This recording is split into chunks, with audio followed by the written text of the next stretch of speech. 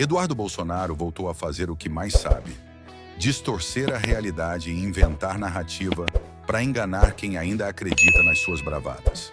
Dessa vez, o eterno Bananinha tentou transformar a ligação de Donald Trump para o presidente Lula em mais uma história mirabolante. Com a cara de pau de sempre, Eduardo tenta posar de analista internacional. Mas o que realmente transparece é desespero puro. A voz trêmula, o olhar perdido e as contradições escancaradas mostram o que todo mundo já percebeu. Ele está morrendo de medo. Fala pessoal, bom dia. Estou aqui para falar, vocês podem imaginar, sobre a chamada telefônica entre o Lula e o Trump. Eu estou vendo gente da direita, às vezes, caindo em narrativa da grande imprensa. Gente que a todo momento diz, agora acabou, Eduardo Bolsonaro e Paulo Figueiredo já eram. Igual foi na Assembleia Geral das Nações Unidas, quando o Trump fez um elogio ao Lula e depois, na verdade, encurralou o Lula para encontrá-lo e acabou resultando agora estarmos nesse primeiro ponto de contato. Eu vou falar sobre isso, mas de cara eu já posso dizer para vocês, há motivos para comemorar e eu vou explicar, vocês vão ver. Eu começo aqui pegando um gancho num vídeo que eu vi do Caio Coppola, em que ele fez uma preliminar muito boa.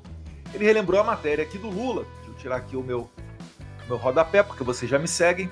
Mas ele faz aqui uma lembrança de dias antes da eleição do presidente Trump, em novembro do ano passado, o Lula declarou apoio à camada. E ele falou essa pérola aqui, né, que os Estados Unidos, fala até na Folha de São Paulo para não dizer que é mentira, né? Lula sugere que vitória de Trump nos Estados Unidos seria nazismo com outra cara. Isso aqui tem menos de um ano.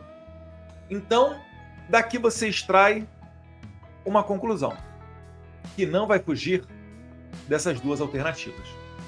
Ou o Trump é uma pessoa horrível, e o Lula não tem problema com isso, né, em lidar com uma pessoa horrível, caracterizada pelo próprio Lula como nazista, ou o Lula está mentindo, o que também não seria de surpreender ninguém. Mas ou ele é uma pessoa que lidar com gente horrorosa, sem problema nenhum, ou ele é uma pessoa que mente descaradamente. Eu acho que isso daqui tem que ser a porta de abertura para a gente começar a entender tudo que está ocorrendo nesse momento. Mas antes disso, né, antes dessa... Não é nem crítica, né? Isso é um xingamento, isso aí é engraçado. O pessoal da imprensa não chama isso de ataque, né? Chamaria de crítica. Você vê pela nota do Itamaraty que o Lula fez pedidos ao Trump com relação à tarifa, etc. Né? Nós aqui do lado de cá sempre dissemos que a tarifa não era a nossa primeira opção, mas que nós confiamos na habilidade do Trump. E o Trump, sim, conseguiu mover as coisas da maneira como ele quis, apertando os botões, movendo as alavancas que ele, muito mais experiente do que nós, sabe fazer, e chega nessa posição, muito maior vantagem do que o Lula, convenhamos, nessa mesa de negociação. Mas o que você não sabe é o que o Trump respondeu quando o Lula pediu para ele a redução de tarifa. Certamente, se fosse uma vitória, o Lula já estaria cantando. Mas, ao contrário disso, o que a imprensa fala? A grande imprensa já vem falando, Eduardo, teve uma chamada telefônica. Será então que o Trump pode tirar as sanções, inclusive individuais, que foram implementadas recentemente, né, impostas contra autoridades brasileiras? Então, olha só o nível do devaneio. Ocorre uma chamada atrasada telefônica. Eu vou lembrar para vocês que o Bolsonaro se encontrou com Trump em março. Do tempo que os dois eram presidentes, demorou um pouco mais do que 2 meses para que Bolsonaro fizesse uma visita a Trump presencialmente. E ainda naquele mesmo ano, em outubro, Bolsonaro estava com Xi Jinping. Ou seja, Bolsonaro esteve presencialmente com os 2 maiores parceiros comerciais do Brasil. Os 2 países onde existem maior interesse econômico brasileiro. Presencialmente. E o Lula, depois de quase 1 ano, tem uma chamada telefônica e falam que isso é uma vitória, pelo amor de Deus. E tem uma chamada telefônica, inclusive com Lula recusando o encontro pessoal do Trump, que o Trump ofereceu publicamente lá nas Nações Unidas.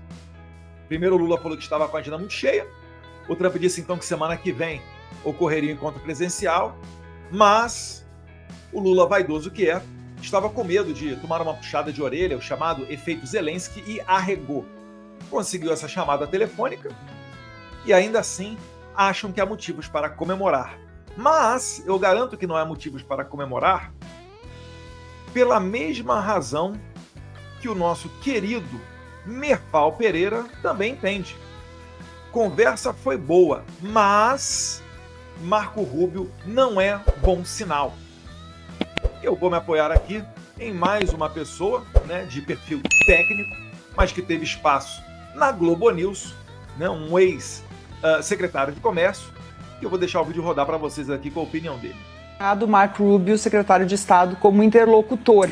Com a indicação do Rubio, é que a parte política tem uma relevância muito grande. Que esse fator político vai estar sobre a mesa de negociação, mas tem outros temas. Então, repara, enquanto uma parte da imprensa fala que não haverá fator político, ministros celebram porque Trump não falou da parte política, esqueceu, ignorou o Bolsonaro, dizem eles.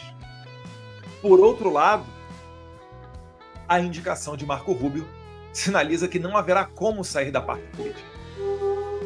Olha os fatos. Eu postei essa imagem aqui. Ontem. Vou dar uma olhadinha nela. Quem foram os escalados para tratar das questões comerciais com a União Europeia? Tá ali, ó. Estados Unidos, representante comercial Jamieson Greer. Para a China, né, você tem ali o Scott Bessent, com certeza também, tomando conta dessa negociação, o chefe comercial do Trump, o Greer de novo.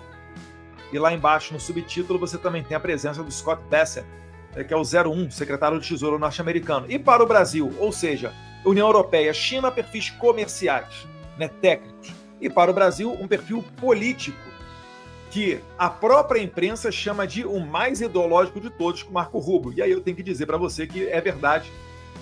Eu, particularmente, compartilho muito da visão de mundo do Rubio. Ao contrário do que a Sadi colocou no artigo dela, o Rubio, ele não é o meu interlocutor. Quem dera eu, esse simples brasileiro, ter um secretário de Estado norte-americano sendo meu interlocutor. Olha, é um devaneio sem precedentes na história da imprensa. Quando eles me jogam lá para cima, é só para depois me puxar mais forte para baixo. Se você acredita em um Brasil com verdade, justiça e respeito à democracia, inscreva-se agora, ative o sininho e fortaleça essa trincheira de resistência contra o extremismo, o negacionismo e o atraso. Porque informação de verdade é o primeiro passo para transformar o Brasil. Um abraço e até o próximo vídeo.